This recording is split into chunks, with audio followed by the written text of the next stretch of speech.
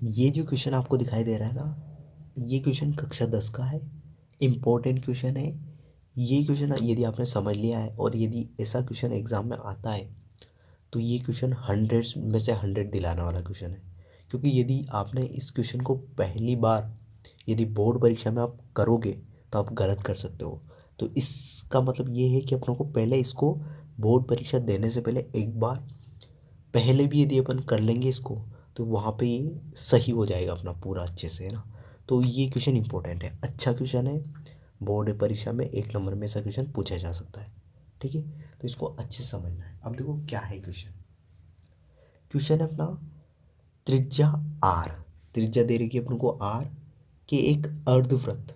अब एक अर्धवृत्त दिया हुआ है और उसकी त्रिज्या कितनी है आर के अंतर्गत, मतलब उसके अंदर खींचे जा सकने वाले सबसे बड़े त्रिभुज का क्षेत्रफल।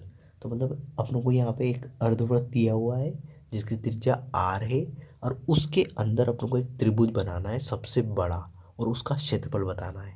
क्षेत्रफल क्या होगा, यहाँ पे ऑप्शन दे रखे अपनों को आर की घात 2, ऑप्शन नंबर बी है 1/2 आर की घात 2, ऑप्शन नंबर सी है 2 आर की घात 2, ऑप्शन नंबर डी है √2 आर की घात 2।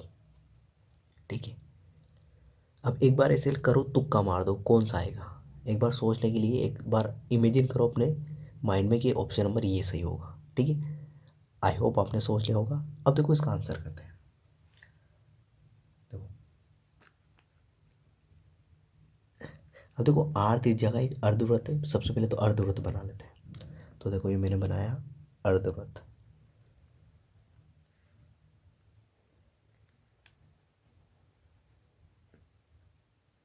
ठीक है, अब मैं इसको ऐसे पूरा मिला दूंगा ऐसे। ठीक है, तो ये पूरा वृत्त हो जाएगा, पर अपनों ने तो अर्धवृत्त की बात की गई है तो अर्धवृत्त बना लिया अपनों ने। ठीक है, अब देखो अर्धवृत्त है, यहाँ पे बीच में इसका केंद्र होगा। तो यह केंद्र से ये वाली जो दूरी है यहाँ तक, इसको आर बोलेंगे। और इधर से यहाँ तक की दूरी है, इसको भी क्या बोलेंगे आर। ठीक है, अब यहाँ से और समझो आगे। अब देखो अर्धवृत्त बना लिया। अब इसके अंतर्गत खींचे जा सकने वाले सबसे बड़े त्रिभुज, अब इसके अंतर एक अपने को त्रिभुज बनाना है। तो देखो ये इसका एकदम बीच वाला पॉइंट है यहाँ पे, है ना। इधर भी बराबर और इधर भी बराबर, तो मैंने इसको इससे मिला दिया और इधर भी एक इससे मिला दिया। ठीक है ना, ये मिला दिया। तो ये जो बनेगा ना, ये सबसे बड़ा त्रिभुज बनेगा। ठीक है, इसको ये ओ है, यहाँ पे केंद्र है तो ओ नाम दे दिया, इसको ए नाम दे देते हैं, इसको बी नाम दे देते हैं ना। ये ए, ये बी और इसको सी। ठीक है, अब देखो ओ से लेके बी तक की दूरी कितनी है आर, ओ से लेके ए तक की दूरी है आर। ठीक है, आई होप आप समझ गए। अब देखो मैंने इसको सबसे बड़ा त्रिभुज यही बनेगा तो यहाँ मिला दिया। अब देखो व्यास द्वारा अर्धवृत्त में बनाया गया कोण कितने डिग्री का होता है, 90 डिग्री का। अर्ध देखो एक क्वेश्चन भी आता है 1 नंबर में ऐसा क्वेश्चन कि अर्धवृत्त में बनाया गया कोण कितने डिग्री का होता है, ऐसा क्वेश्चन पूछा जाता है। तो वो यही है। देखो अर्धवृत्त में बनाया गया कोण, अर्धवृत्त में बनाया गया कोण कितने डिग्री का होता है, 90 डिग्री का। ये अर्धवृत्त ही है तो इसकी व्यास द्वारा बनाया गया कोण कितना होता है, 90 डिग्री का। तो ये जो कोण है ये 90 डिग्री का कोण होता है। ठीक है, अब देखो मैंने क्या किया, इसको इससे मिला दिया। इसको एकदम लंब, देखो यहाँ से एकदम बीच में एकदम लंब खींच दिया ऐसे, लंब खींचा। तो ये जो कोण आएगा ये कितने डिग्री का आएगा, 90 डिग्री का। ठीक है, यहाँ पे एकदम बराबर होगा ये 90 डिग्री का। अब देखो यहाँ से लेके यहाँ तक सी तक की दूरी, देखो ये त्रिज्या है तो ये भी यहाँ से लेके परिधि को छू रही है तो ये भी क्या होगी त्रिज्या, मतलब इसका मान भी कितना हो गया आर। आर हो गया, ये अपना ओ बिंदु है ना। ये त्रिज्या है, ओ से लेके सी तक की दूरी ये भी त्रिज्या ही है क्योंकि परिधि को छू रही है। केंद्र से लेके परिधि तक की दूरी होती है वो त्रिज्या होती है। देखो यहाँ से लेके यहाँ तक इस परिधि को ही तो छू रही है यहाँ पे, तो केंद्र से लेके परिधि तक की दूरी त्रिज्या, केंद्र से लेके परिधि तक की दूरी त्रिज्या और केंद्र से लेके परिधि तक की दूरी त्रिज्या। अब देखो यहाँ पे समझो, अब मुझे देखो मुझे क्षेत्रफल निकालना है किसका, क्षेत्रफल निकालना है मुझे त्रिभुज, क्षेत्रफल निकालना है मुझे त्रिभुज ए बी सी का, त्रिभुज ए बी और सी का इसका क्षेत्रफल निकालना है मुझे। अब देखो मैंने इसको दो छोटे छोटे त्रिभुजों में बांट दिया। कौन कौन से, देखो इसको दो त्रिभुजों में बांट दिया मैंने। ठीक है, एक तो है मेरा त्रिभुज ए ओ सी, ए ओ सी प्लस त्रिभुज बी ओ सी, त्रिभुज बी ओ सी, है ना।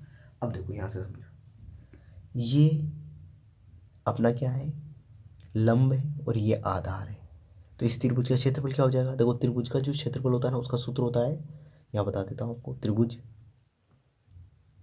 का क्षेत्रफल, इसका जो सूत्र होता है वो होता है 1/2 आधार गुणा ऊंचाई, आधार गुणा ऊंचाई, ये सूत्र होता है इसका, 1/2 आधार गुणा ऊंचाई, ठीक है। अब देखो सबसे पहले त्रिभुज ए ओ सी में बात करते हैं, तो त्रिभुज का क्षेत्रफल क्या होता है 1/2, ठीक है, आधार ए ओ सी, ए ओ सी में देखो आधार क्या है नीचे, ए ओ सी आधार क्या है आर, तो ये आर लिख दिया मैंने, ए ओ सी में ना आधार आर है गुणा ऊंचाई कितनी है, तो देखो ये लंबी वाली ये ऊंचाई है अपनी, तो इसका मान कितना है, इसकी मान कितना है तो आर, तो ये आर हो गया, ठीक है, प्लस, ठीक है।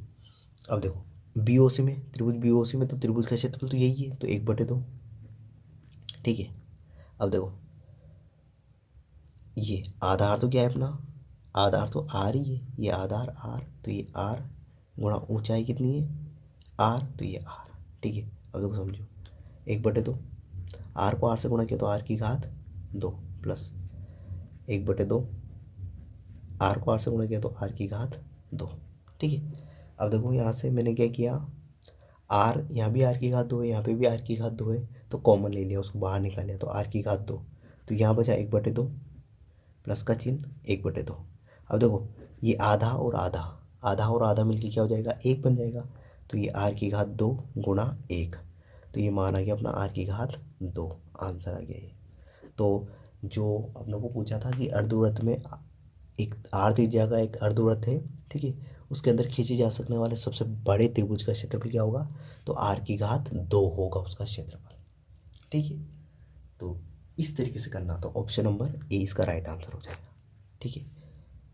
तो है ना, इंटरेस्टिंग है ना क्वेश्चन, अच्छा क्वेश्चन है, ठीक है। तो इस तरीके से समझ लिया। अब देखो इसको ऐसे भी कर सकते थे अपन, जैसे इसका क्षेत्रफल निकाला अपनों ने, इस छोटे वाले का, किसका, बी ओ सी का, तो बी ओ सी का आ जाएगा अपना 1/2 आधार गुणा ऊंचाई, आधार आर है और ऊंचाई भी आर है, तो आर गुणा आर, तो ऐसे भी लिख सकते हैं 1/2 आर गुणा आर, ठीक है। तो ये आ जाएगा आर की घात 2/2। अब ये इसका आ गया, तो इसका और इसका दोनों का सेम ही है, तो ये आ गया, तो इसका भी निकालना है, तो इसको किससे गुणा करते हैं, 2 से गुणा कर देते हैं, तो ये 2 से 2 कट जाएगा, तो ये भी किस आएगा आर की घात 2।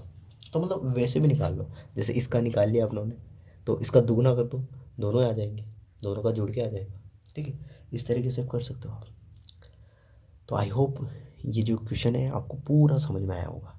देखो ऐसा क्वेश्चन आएगा ना, तो ये बहुत सारे बच्चों को कन्फ्यूज़ करेगा, ठीक है। तो आई होप मैंने आपको अच्छे से समझाया होगा, आपको समझ में भी आया होगा, ये वीडियो पसंद आया होगा। तो इस वीडियो के लिए इतना ही, अगले वीडियो मिलते हैं अगले क्वेश्चन के साथ। Thank you.